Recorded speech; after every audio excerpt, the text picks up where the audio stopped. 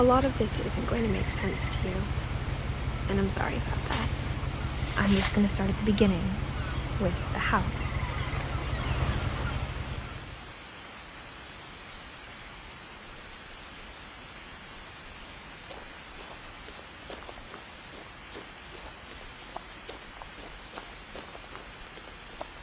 I lived here until I was 11, but I wasn't allowed inside half the rooms.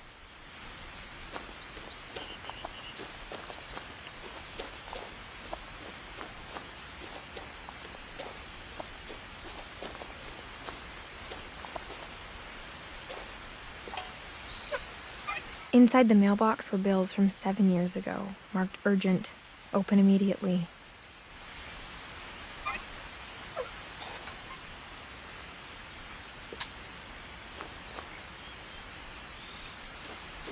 I hadn't been back since my brother Lewis's funeral.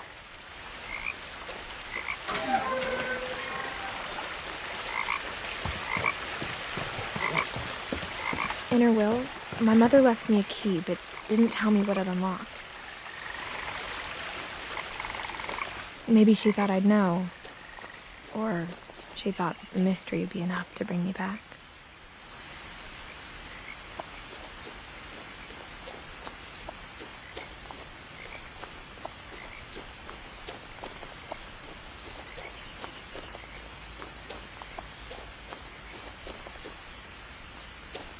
No one had driven this way in a long time, but I saw a few hoof prints.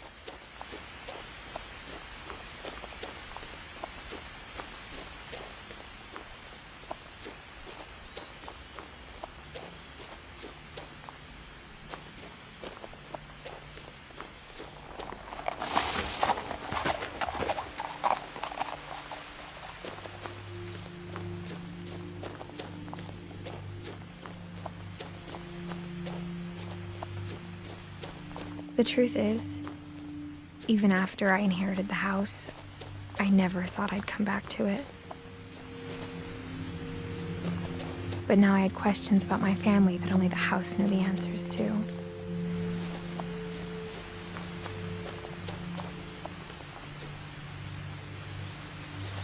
The house was exactly like I remembered it, the way I'd been dreaming about it.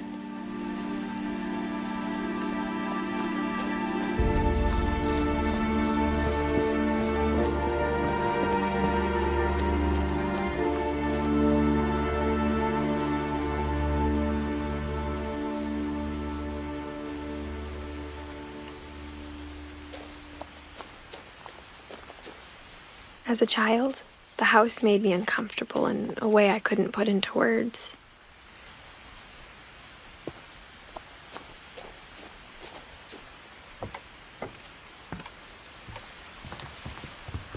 Now, as a 17-year-old, I knew exactly what those words were.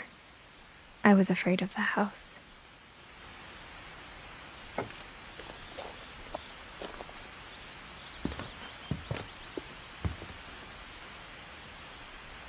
I hoped the key might unlock the front door. It didn't.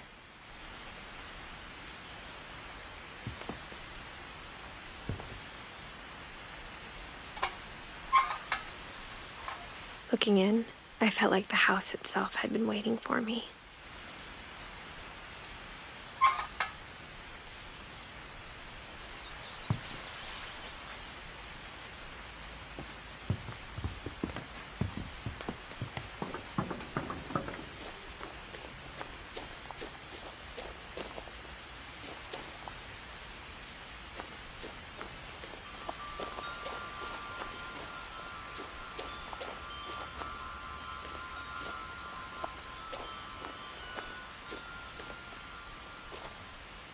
The house felt like it had always been here. Even the swing set was older than my mother.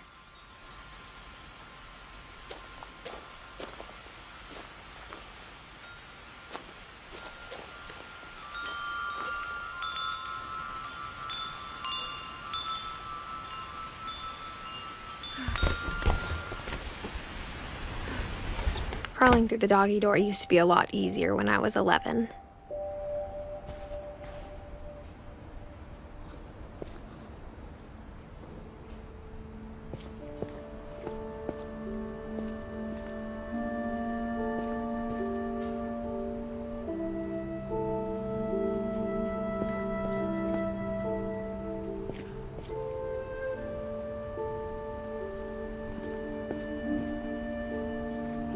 power had been turned off the night we left.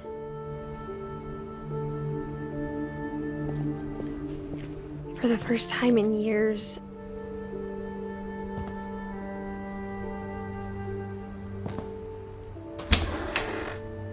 I felt like I was home.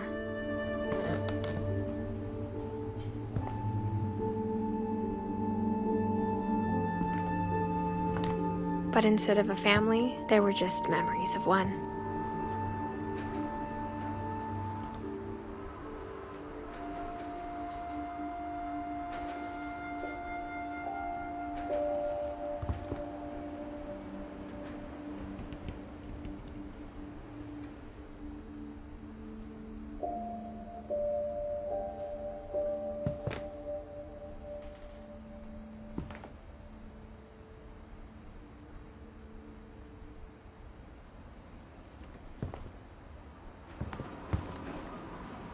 Like how after Louis started working at the cannery, we all got sick of eating salmon.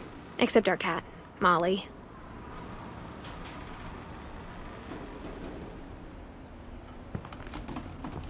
Or how only one restaurant would deliver to our house, so we had Chinese a lot.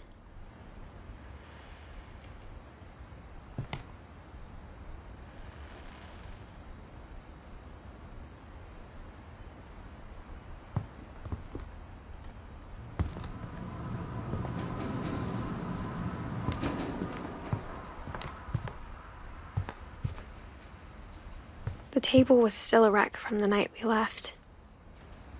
It was like a bomb had gone off, killing everyone but sparing the furniture.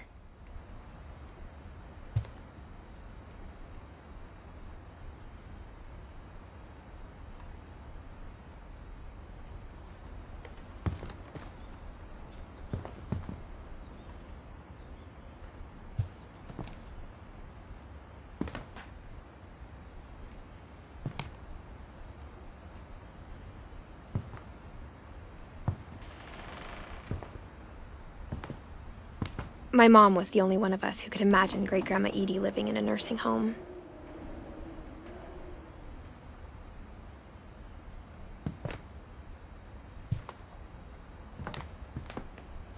Nothing in the house looked abnormal. There was just too much of it, like a smile with too many teeth. Even the fireplace had a story. Edie told me the bricks came from the original house, after it sank.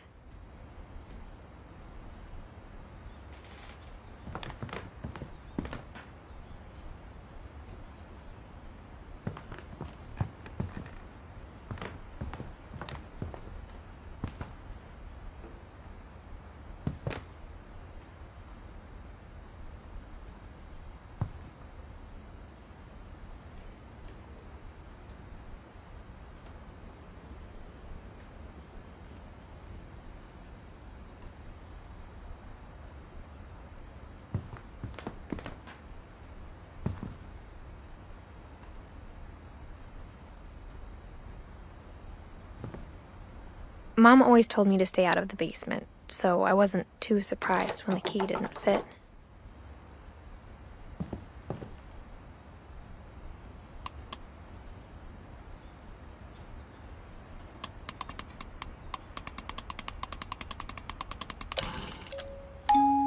Great-Grandpa Sven built a music box for Barbara, along with the rest of the house.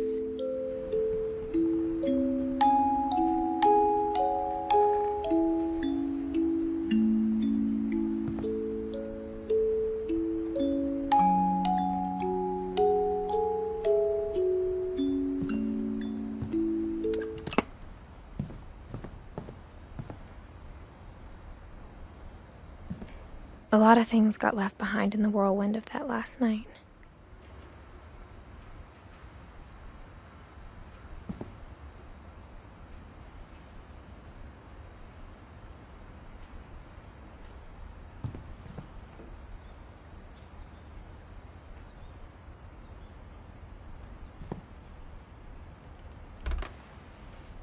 Edie told me once that every Finch who ever lived is buried somewhere in the library.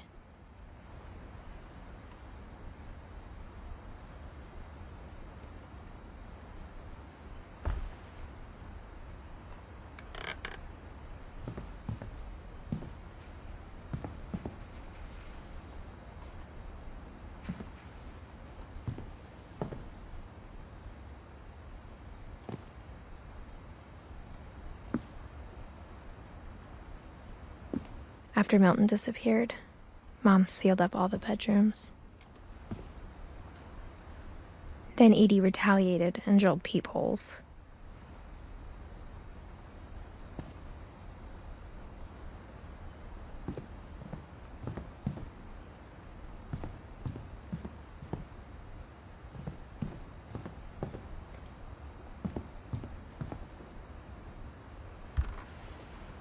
As a kid, I just assumed every house had peepholes and sealed rooms you weren't allowed inside of.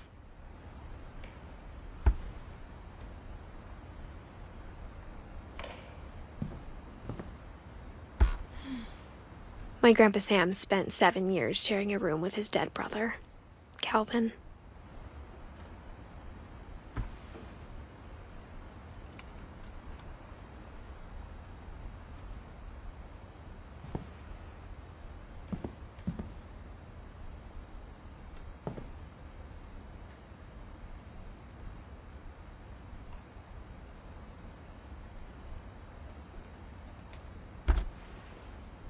The last time I was in Edith Sr.'s room, I was 10 and she was painting my portrait.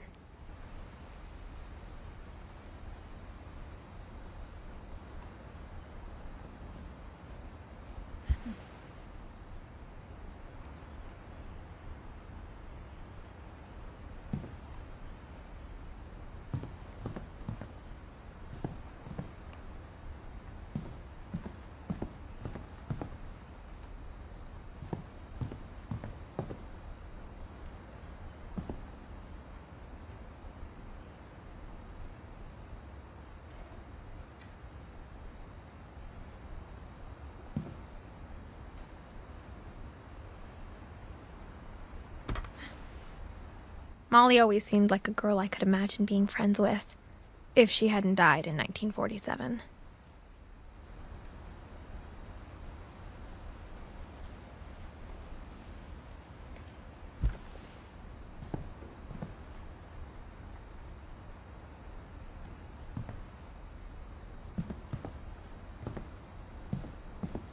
I spent a lot of time playing in Great Uncle Walter's room. I think my mom sometimes regretted not sealing it up.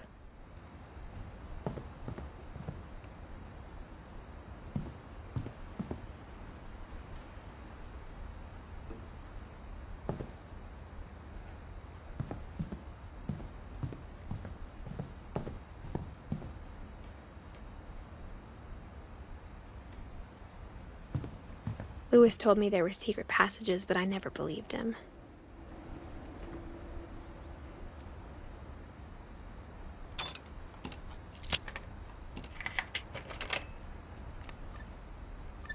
Turns out, my mom was really good at keeping secrets. Now it was time to find out what my mom had been afraid of.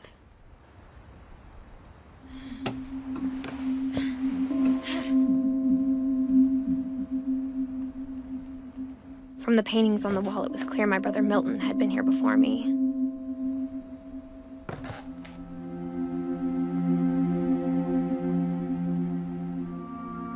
Reading this, maybe it sounds like I had a plan. But I had no idea what was behind that door.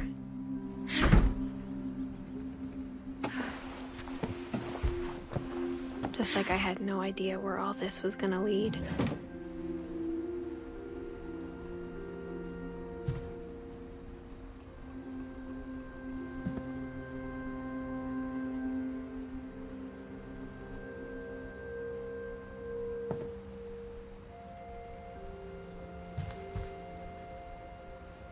I grew up looking at Molly's room through the peephole.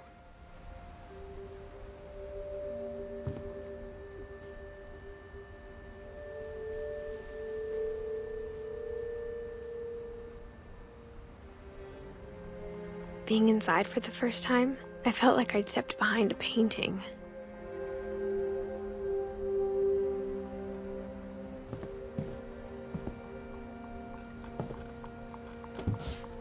Molly's gerbil had a tiny bedroom with its own even tinier gerbil cage.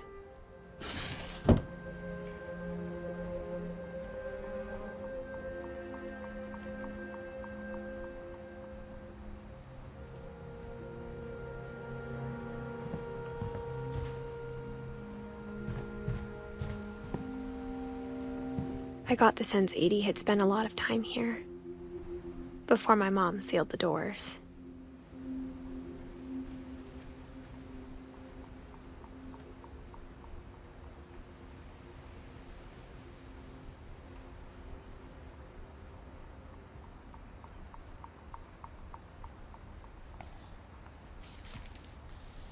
December 13th, 1947.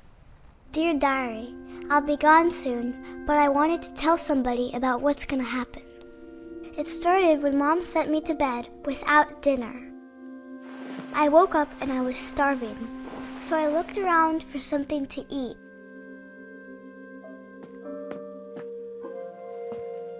The gerbil food was dry, but I didn't mind it.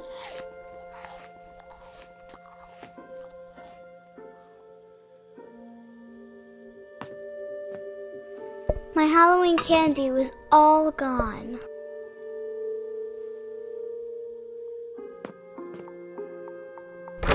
Mom, can I come out now? Sweetheart, it's late. Go to sleep.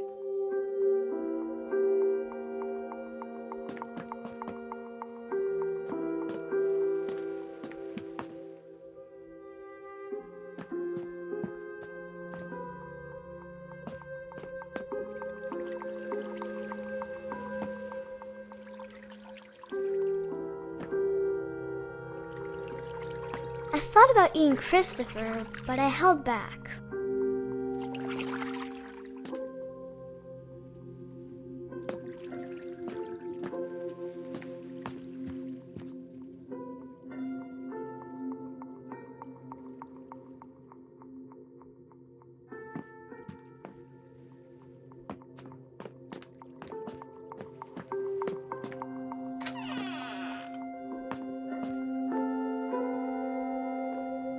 I kept eating and eating.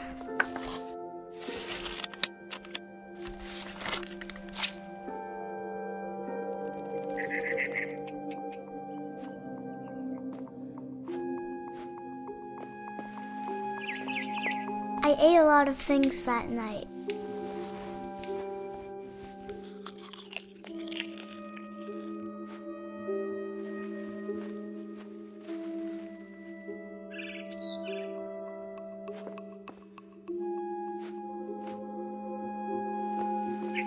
Then I heard chirping outside my window. It was a barn swallow going back to her nest. I reached out for her, and suddenly, I was a cat.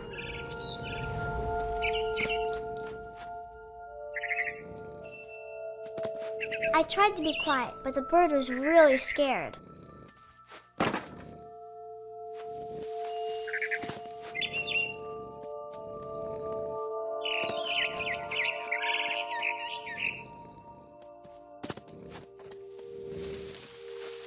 Mom and Dad didn't even look at me.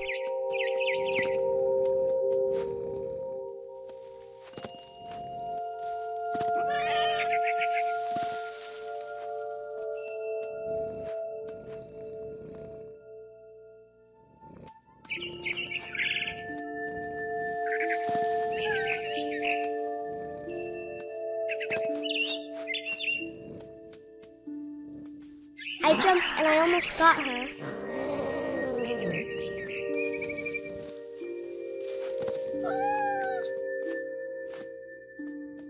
I could tell she was getting really tired. Now I was up in the big tree. I promised Dad I wouldn't climb it anymore. All I cared about was eating that mama bird.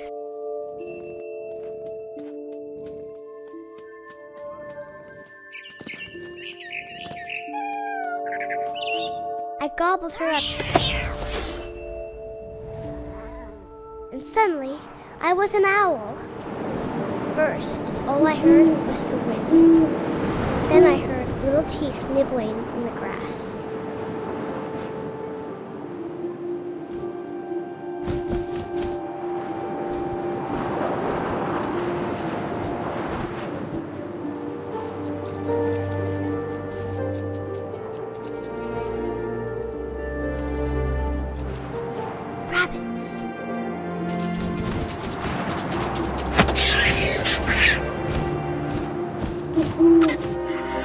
imagined his face looking up and seeing mine through my talons. I swallowed him up, and I didn't chew one bit. Then I flew off to find something bigger.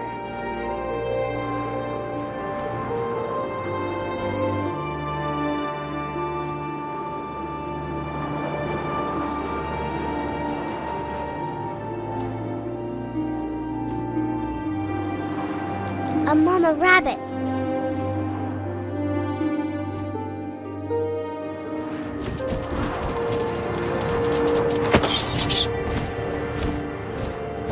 She was almost too big to carry. I started choking, but I couldn't stop eating. And suddenly, I was a shark.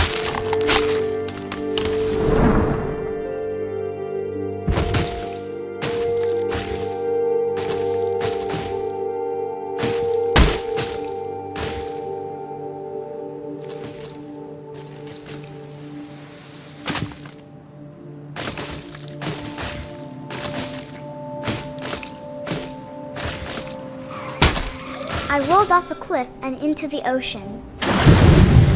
Now, I was hungrier than ever.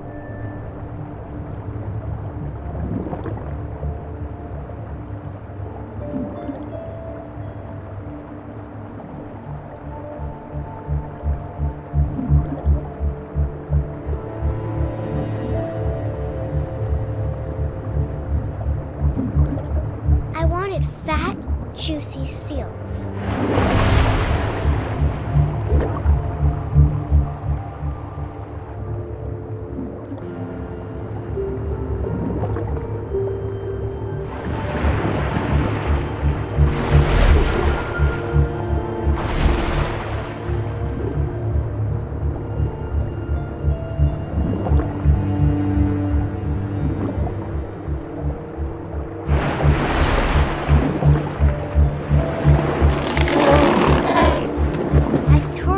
Flipper, and it tasted really good.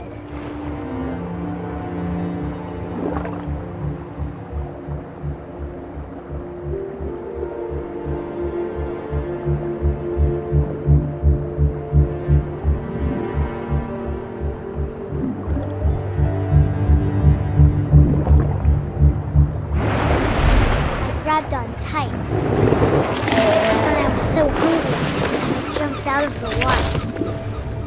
When I opened my eyes, everything had changed.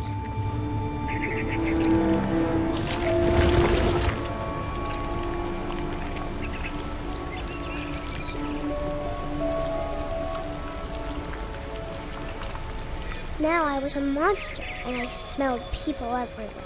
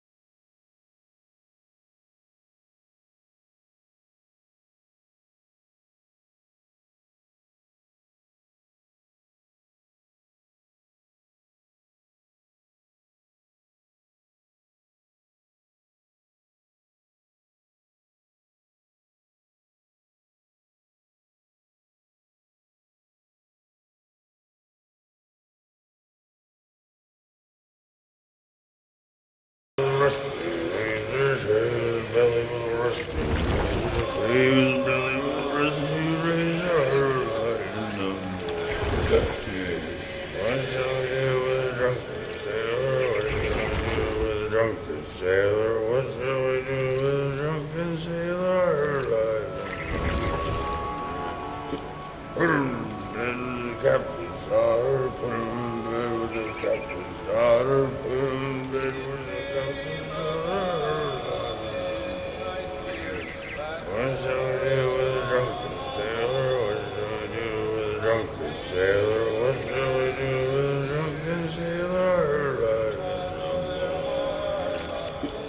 Track with a longbow till he's sober. Track with a longbow till he's sober. Track with a longbow till he's sober. What shall we do with a drunken sailor? What shall we do with a drunken sailor? What shall we do with a drunken sailor? Put him in the scuppers with a hose pipe on him. Put him in the scuppers with a hose pipe on him. Put him in the scuppers with a hose pipe on him.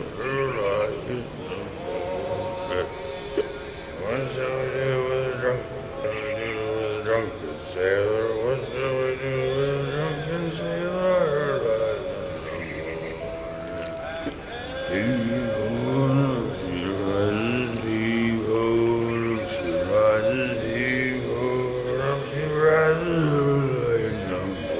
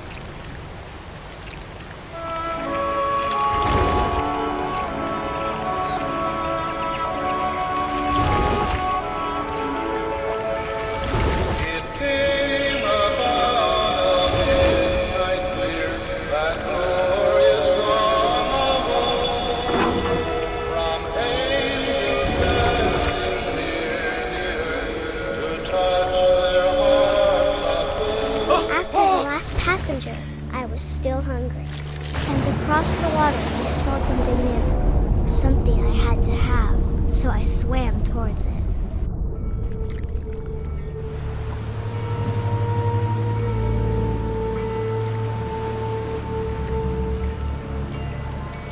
I slithered onto the sand, and the good smell went into an old pipe.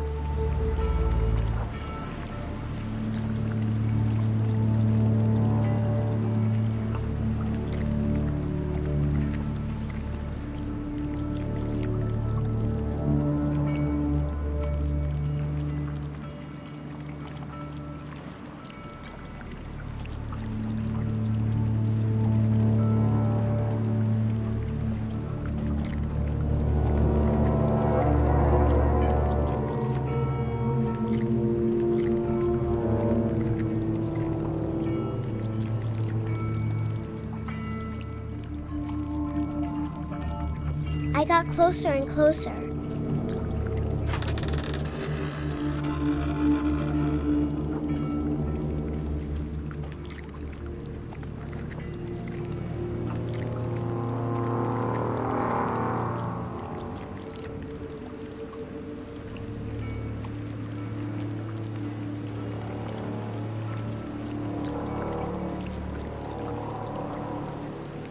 All my stomach started growling. And suddenly, I was me again. I held my breath for a long time, but I couldn't hear anything. I think it's waiting for me to fall asleep. But it's not going to wait much longer. It needs to feed, and we both know I will be delicious.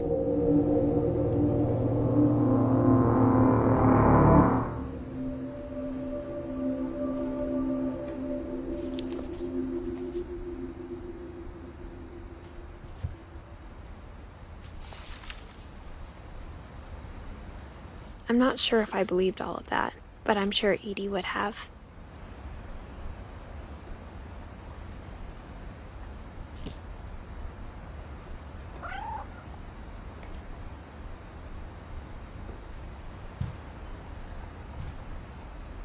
I can't describe it, but I felt like some part of Molly was still here.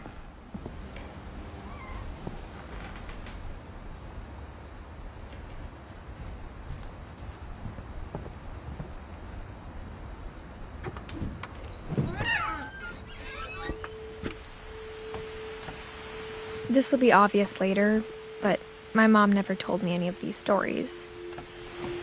Edie would have, but Mom didn't like bringing up the past.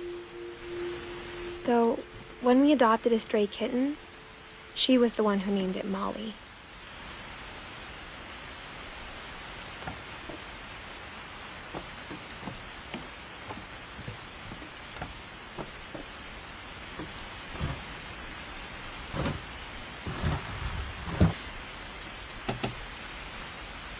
I spent a lot of time in Great-Grandma Edie's room.